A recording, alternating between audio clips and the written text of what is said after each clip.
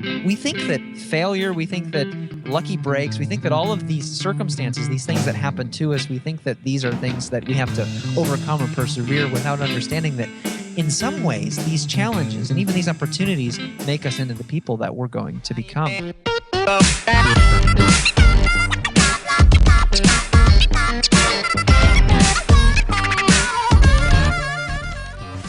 Welcome to the Portfolio Life with Jeff Goins. I'm your host, Andy Traub, and this is the show that helps you to pursue work that matters, make a difference with your art, and discover your true voice. In this episode, Jeff and I discuss why content is not king, and instead why great content is, as Jeff says, a given. If great content isn't all that matters, then what does matter? How and why do some writers grow in popularity and profitability, while others stay in the shadows of anonymity their entire careers? Why isn't being a good writer enough to find success as a writer? Well, stay tuned because in the next 26 minutes, Jeff will answer those questions and more.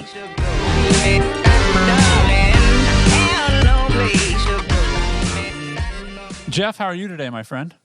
Hey, Andy. Good to be with you. I'm doing great. Wonderful. Well, we have cliches in our culture, and I'm going to ask you about cliches first, which is, are cliches because they're usually true? Is that the definition? You're this writing expert and this wordsmith. I often ask you questions about punctuation. That's how good of a friend we are. What's a cliche? Just because I don't want to look dumb, I'm Googling cliche while you're asking me that question. A phrase or opinion that is overused and betrays a lack of original thought. Okay, but it's true, right? Yeah, I think so. I mean, I think a cliche is something that people say over and over and over again to the point that people say it without realizing what it actually, like, they don't know what it means. Like an anchorman where he keeps going, "One in Rome." Like, that's a cliche. People say over and over again, but he doesn't actually know what it means. And wouldn't it be great if the co-host turns and says, "Now, Bob, what does one in Rome actually mean?" And he goes, "Yeah, right. Back to you, Barbara, with the weather." Right. So the cliche we're going to tackle today and beat to submission is that content is king. And right. I love that definition. Thank you, Google, for that. And thank you, Jeff, for Googling it. You're welcome. Is that content is king. That's great. What does that mean? And lastly, is it still true? Yeah, I think what it means, or what people mean when they say content is king, and what I fear that it means is that content is all you need.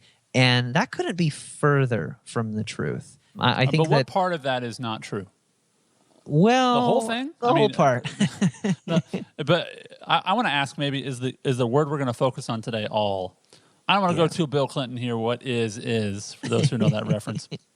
But depends on what your definition of is. But you said it well. People believe that content is all you need. Right. And we're going to talk today where that's not true. That's 100% not true. Sure. So I'm reading this book right now called Hemingway. It's a book about Ernest Hemingway called Hemingway, The Paris Years. And it's about the time that Hemingway spent living in Paris. He actually moved to Paris, moved to Toronto for a while, moved around a bit, and moved back to Paris. And for anybody who knows his story, it's most people have no idea about Hemingway, right? So it's no surprise to those who do know, and to those who don't. To the other 99%, you're going to learn in a second. Okay, good. Yeah. So the time that Hemingway spent in Paris wasn't a super long time, but it was a really formative time. Before he moved to Paris, he was this unknown author. And after he left and he ended up living in the Caribbean, and he lived in Cuba for a while, and he eventually moved to Idaho and died. Before all that happened, he spent a few formative years in his 20s in Paris. And during that time, he formed really amazing relationships. Like Malcolm Gladwell, I think, would call Hemingway an outlier because he was in the right place at the right time for him to become one of the world's best, most well-known English authors of the 20th century. Now, what's interesting as I'm reading this book is he realized that when he was living there, both he realized that he had to move there, and second, that when he was there, he had to take advantage of the opportunities available to him. In other words, and in fact, this is what the author said, Hemingway realized that the game of being a writer didn't involve just writing. It involved knowing influential people. And I think that is just as true today as it was during Hemingway's time. So he literally moved to Paris. Not like that Paris is a horrible place to live. Apparently Idaho is because it killed him. Right. But sorry for all the listeners in Idaho. But he moved to Paris because he it wasn't because of the views and so on and so forth. He really believed that there was a culture there that he Well, there was. had to insert himself into. There were a lot of expats, American expats. So this is post-World War I. There were a lot of disillusioned Americans who moved to Paris, which it had become kind of a cultural hotspot in the world, particularly for art. And a lot of artists and aspiring writers were moving there. And Hemingway wanted to be a writer. This was something that he had done for most of his life, his short life at that time. And he had finished working at for the Red Cross in World War I. And he wanted to get to Paris. He knew that there was something there. And in fact, he had a writing mentor tell him, if you want to be a writer, you need to move to Paris. And so he knew that something was happening there. He didn't know exactly what. And so he ended up getting married, and he took his wife. Pretty quickly, they moved to Paris. And he worked as a newspaper correspondent. He worked for a newspaper abroad, and that's kind of how he supported his family. But on the side, he was meeting with all of these people who would become very influential people. Some of them already were influential. He was meeting people like Ezra Pound and Gertrude Stein and James Joyce. These people would become some of the most important authors of the 20th century. And Hemingway is drinking in bars with them and having coffee in coffee shops with them. On purpose. Learning from them. Yeah, definitely on purpose.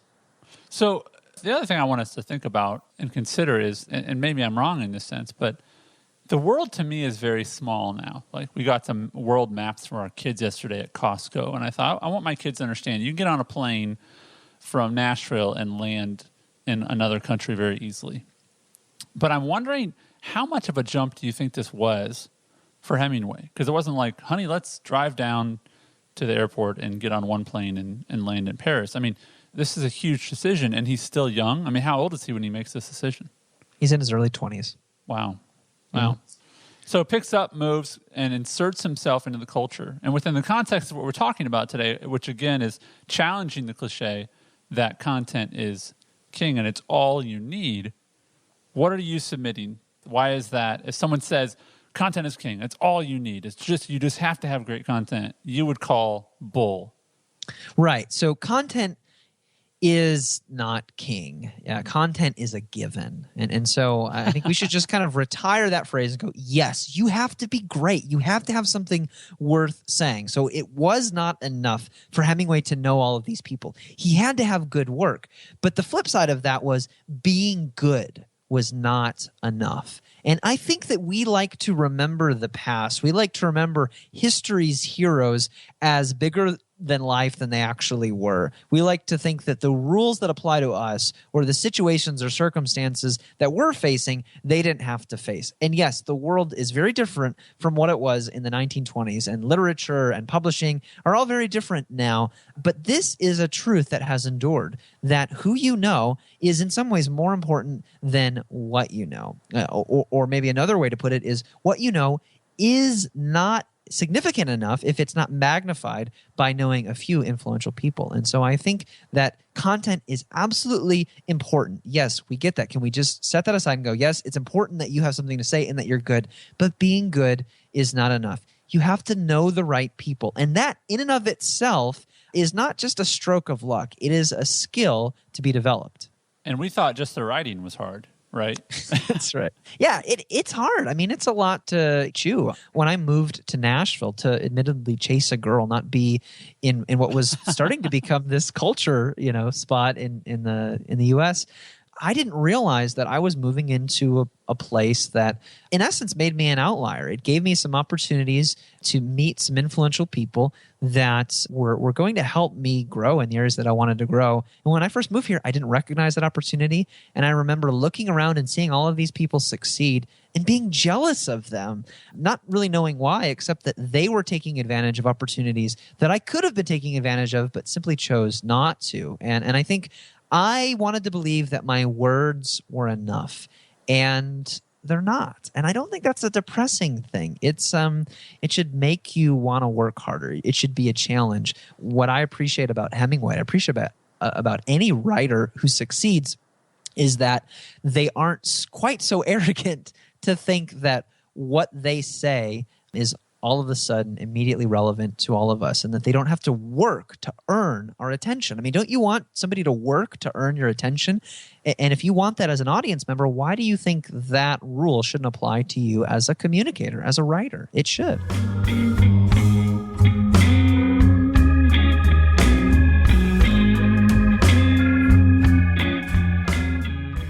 So Hemingway moves to Paris for very noble and good reasons and begins to really maximize the community there. Do you see that as manipulation, a necessity? If you asked 100 people who knew who Hemingway was and you said, do you think Hemingway needed to have like a secret group of people or had to? No, he's just a great writer. He wouldn't need any of those things. And what you're saying is there is no Hemingway without the people that he inserted himself into. Is that really true of all of us? I would say without Paris, there would have been no Hemingway. We like to think of really famous, really talented people like Michael Jordan, as inherently gifted. But anybody who knows Michael Jordan's story, and a lot more people know Michael Jordan's story than probably know Hemingway's story, Michael Jordan practiced all the time. And a lot of people know that Michael Jordan was cut from his high school basketball team. Now, we tell that story, and if we're not really paying attention to the details, we tell that story like, man, how foolish was this high school basketball coach to cut Michael Jordan? But that's misunderstanding the story. When you read the whole story, and I recently read an account of this, it's not that the basketball coach cut the Michael Jordan. It wasn't that Michael Jordan became great in spite of failing. It was that Michael Jordan became great because he failed. Because when he got cut from his high school basketball team, he came home and he was whining to his mom, and his mom said, "What are you going to do about it?" And he said, "Well, I'm going to quit." And she says, "No, you're not. You're going to go and you're going to work harder and you're going to practice harder and you're going to show them that what you have is worth paying attention to." And we think that failure, we think that lucky breaks, we think that all of these circumstances, these things that happen to us, we think that these are things that we have to overcome or persevere without understanding that in some ways these challenges and even these opportunities make us into the people that we're going to become. And with respect to Hemingway, that was absolutely true, that it wasn't just that he went to Paris to meet people. It was that he went to Paris to get something, to become someone that he could not have become. So when he met Ezra Pound, who was somewhat of a famous poet at the time and an influential, artistic, creative, kind of weird guy, he learned how to write succinctly. And he met Gertrude Stein, who was kind of like, the godmother of the arts. She was kind of a patron of the arts at the time. She had this salon where she would have all of these creative people that were living in Paris. She would have them come and hang out and have these artistic conversations. Yeah. People like Hemingway. People like Picasso. People like James Joyce. And so, she was a very influential person. She was, in her 40s or 50s when she met Hemingway. So she was a little bit older. She knew more people. She was a connector. So it wasn't just that he was gaining access to these influential people's networks. He was learning things from them, which is a really interesting way of building influence in the first place. A lot of people want to get known by people. They want to know the right people and say, my friend so-and-so and my friend such and such. Really the best way to get to know somebody, to earn the attention of an audience or really to gain access to an influential person's network is to learn from them, to become their protege. Because if they see something of themselves in you, they're going to want to share you with their network. Oh, absolutely. You're a walking endorsement. You're proof that what they're teaching is effective. So let me challenge you and pose a question, and I'll just pose it as a challenge, and you just react. Okay, you can snap. We'll blur out all the cussing, but this is not true anymore. That you have to move because of the internet. I can do this all from home. Yeah, so I don't know about that. I think that I was expecting more cursing. Well, I think that the internet connects us in ways that we have never before been connected, and that is amazing.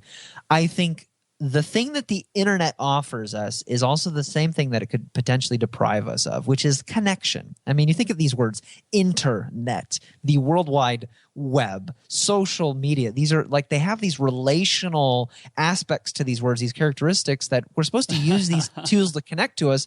And in some ways, they isolate us. They isolate us from the world. They isolate us from our families.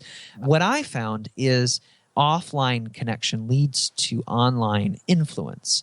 And what that means is I would tweet up a storm all day long or email all kinds of influential people, and they didn't really want to give me much of their attention because I was one of 1,000 voices vying for a chance to pick the brain. Retweet, right?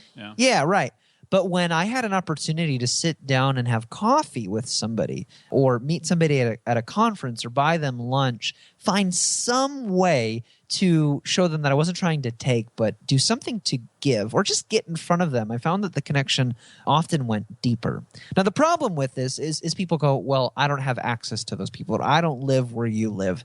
And that's true. But you do actually have the internet, and the internet, you can substitute a lot of these things for the internet. And I think the internet is a great introduction to some of those deeper levels of connection. But I think that wherever you live, there are people to know, there are people to meet, there are people to connect with. And the question is, will you take that opportunity? And for 5.5 years, I did not take that opportunity. I just waited for chance to come find me. I waited to get lucky. I waited for some big break. And that's after you moved to Nashville, you're saying? After I moved to the right city, and I didn't even realize it was the right city. And so I don't think there is necessarily a right city. I do think that opportunity exists in certain places, and you have to put yourself into that place of opportunity. If we learn anything from Hemingway, it's that it's important to practice ahead of time. So all of this time he's practicing. He's spending every spare moment he has when he's not working on a newspaper article. He's working on his stories. He's practicing. He's going where the influencers are, and he's learning from them. And all of that really is practice. It all affects his content. He takes everything that he can from each of these different people, and he applies it to his craft. Now, he doesn't take everything that they have to offer. He just takes the things that he needs. And basically what he's creating is these multiple mentors, this family of people that are investing in him, that at the right time, he's going to turn the tables and say, okay, like now I've applied everything that you've done. Now here's an opportunity for all of you to share this with all of the people that you know. And he all of a sudden has a network. And you can do the same thing with Twitter and Facebook, the internet, whatever. But the secret sauce isn't the tool, isn't the network itself. It's the trust that you build with each of these individuals. And you do that by getting in front of these people, showing them that you have something worthwhile to offer, and then learning from them. And if you do that in the reverse, and I cut you off, you said that the last thing you said as I was talking over you was that you build trust. Right. Right, because you bring something of value. So let's admit that if you do this wrong, I want you to tell me what happens, which is if someone shows up and says, Jeff, can we get lunch? And you happen to say, where? And they tell you the right restaurant. And you say, absolutely, right? I'll be there early, right? Let's have lunch and breakfast there. I did that last time I was in Nashville. I had a breakfast meeting at Chick-fil-A, and I just stayed all the way through lunch. So they pick the right place, and they sit down. What if someone comes, and they generally are a kind, likable individual, but they don't have the content? What happens in that situation? Well, it doesn't amount to anything. It's a nice meeting. This was a nice person. And it's a free meal, right? Yeah. I mean, I'm glad to meet them, but if they don't have something to say or something to share, then just by virtue of the relationship, I don't have any obligation or any responsibility to share their message with the world. And so you have to have content. You do. But this idea that it's king, that it's monarch, that it rules over everything, right. and that nothing trumps bows. it. Yeah. No, it's just not true. We know that the world doesn't work this way. We know that relationships matter, and they should matter. Relationships matter in every other aspect of our lives. But when it comes to talent, when it comes to skill, when it comes to your craft and you finding your calling, that thing that you were meant to do and share with the world, we think that we should just get discovered by a fairy godmother. We don't think that we need to work as hard at finding the right relationships, getting in front of the right people, and building the right trust. We don't think that we have to work as hard at that as we do at actually developing the talent. What I think is interesting about the Hemingway story is those two were one and the same. The people that he met helped him build the craft that the world needed to hear, the message that he had to share.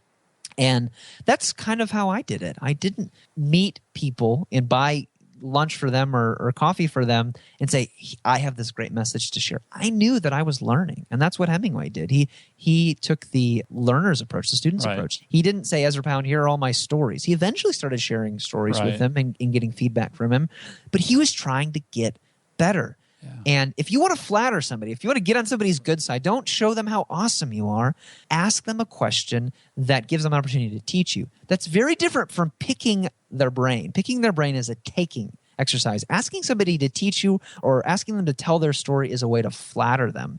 And there's nothing wrong with that. In fact, that's a great way to honor their time, their experience, and their wisdom. And that's a great way to build your craft if you feel like you don't have the goods yet, is to just ask a bunch of questions. And the people I know that you have poured into, and when other people have poured into you, okay, so there's different levels of, if you want to call it mentee and mentor.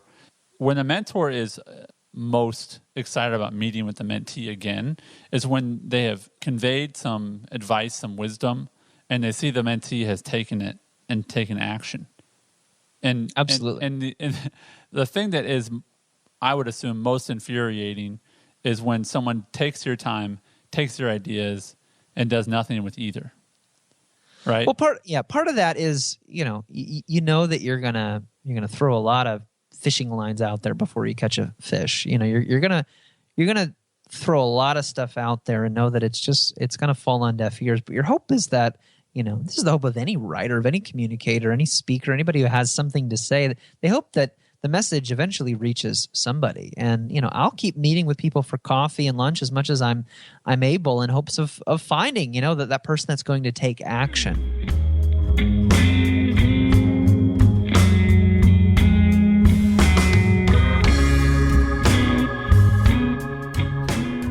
I like the way that Jim Collins talks about this, going back to the outliers idea.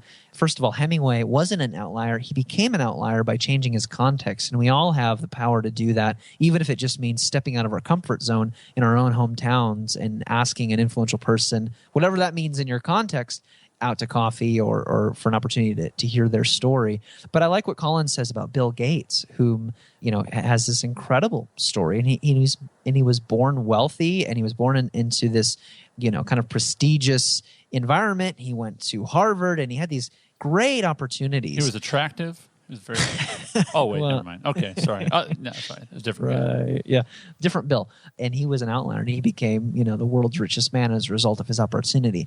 And Jim Collins, in Great by Choice, says like this. He says, "But Bill Gates, even though he was special, and even though he had special opportunity, was not the only one who could have become Bill Gates, and yet he was the only Bill Gates. Why is that? It's because he took the opportunity that was available, not to everybody, but to more than one person, to, maybe to hundreds or maybe even thousands of people. But why didn't we have hundreds or thousands of Bill Gates? Could there really only have been one? Could there really only have been one Microsoft? I'm not so sure about that. I think that he had vision and he had tenacity, and he was willing to work really, really hard. I mean, if you read the story in Outliers by Malcolm Gladwell, as a high school student, he would basically go sneak into the 24-hour computer lab at the local college, and he would work all night. He would pretend to go to sleep, and he would wake up, and he'd go into the lab because there are college kids there, and they'd be like, "Oh, it's a cool high school kid. It should be in bed right now." The outlier, and for those who don't know, the outlier is something by a more formal definition, detached from the larger system. That they are abnormal. Totally a fluke. Right. Totally a fluke. Yeah. In math, and that's the real technical word. I can't, when in statistics, I guess an outlier you discount, right? Yeah. If I were to tell you, it's an anomaly. In 100 people, the average income is $50,000, and we've thrown out the outliers of the millionaire in the room and the person who makes $5,000 a year, living on the streets or something. Those are outliers. You throw those out because they're irrelevant, and that's what we think about when we think about people like Michael Jordan, Bill Gates, and Ernest Hemingway. They're such geniuses. They have accomplished so much that's so different from what's normal that we just need to throw that out of our realm of understanding because they're not like us. And yet I think in them, certainly in the Hemingway story, I see this, there is the same drive that we all have, which is I want to matter. I have something, some skill, some work to contribute to the world that I think the world needs. And I'm going to work hard to make that happen. And it just so happens that some are willing to work harder than others, and they're also smart. I mean, I think that Hemingway was smart. Yeah, but you said that's a given, right? I mean, let's stop saying content is king and accept that it's a given. Yeah. And I've had people just flat out say, and this is an interesting one, Jeff, you'll appreciate this, and you'll laugh nervously, but people will say, I want to be friends with Jeff Goins like you are, Andy. Sandy, you can laugh. And you're like, really? But they'll say, hey, I want to be friends with Jeff. I want to know some of these people that you know. And I say, great, get good at something. Mm-hmm. That's my advice to them. Get good at something. And so would you submit, as we end up here, wrap up here, that there were other Hemingways that maybe were unwilling to move to Paris, so they never became Hemingway? I would take it a step further, Andy, and I would say there were other Hemingways that lived in Paris that didn't take advantage of the situation available. There were Hemingways in Paris that didn't hang out with Gertrude Stein or Ezra Pound, who were timid or afraid or waiting for people to notice them. And in fact, there were lots of authors in the early 1920s who were much more famous and much more popular than Hemingway was, that people predicted would become the next Mark Twain or something, and they didn't. And why did Hemingway become Hemingway? Because he focused on getting really, really good, and he connected with the right people that he could learn from and that would help him spread his work. And so, people think that it's about who you know. People are asking you, Andy, they want connection to the people that you know. But anybody who knows you knows that you don't just know a lot of people. You know the people that you know because you help them. You're helpful. You're not just good at something. You're generous with the skills that you have. You're willing to ask good questions and help people. And Hemingway did that in his network. And I think that it's really important that we use all of these connection tools to not just find ways to know people, but to help them. Because I really think it's not who you know, it's who you help. And won't you roll the dice so I can know which way I should go? Well, you've reached the end of our conversation, but Jeff would love to hear what you have to say about our topic. So send Jeff a tweet at Jeff Goins. And thank you for spending part of your day with us. Remember to head over to goinswriter.com to get the latest from Jeff, as well as free downloads and more episodes of The Portfolio Life.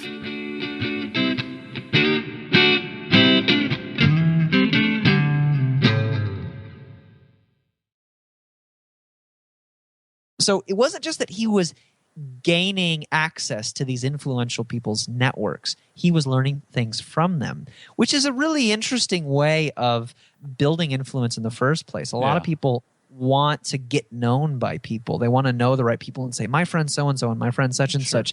Really the best way to get to know somebody, to earn the attention of an audience or really to gain access to an influential person's network is to learn from them, to become their protege. Because if they see something of themselves in you, they're going to want to share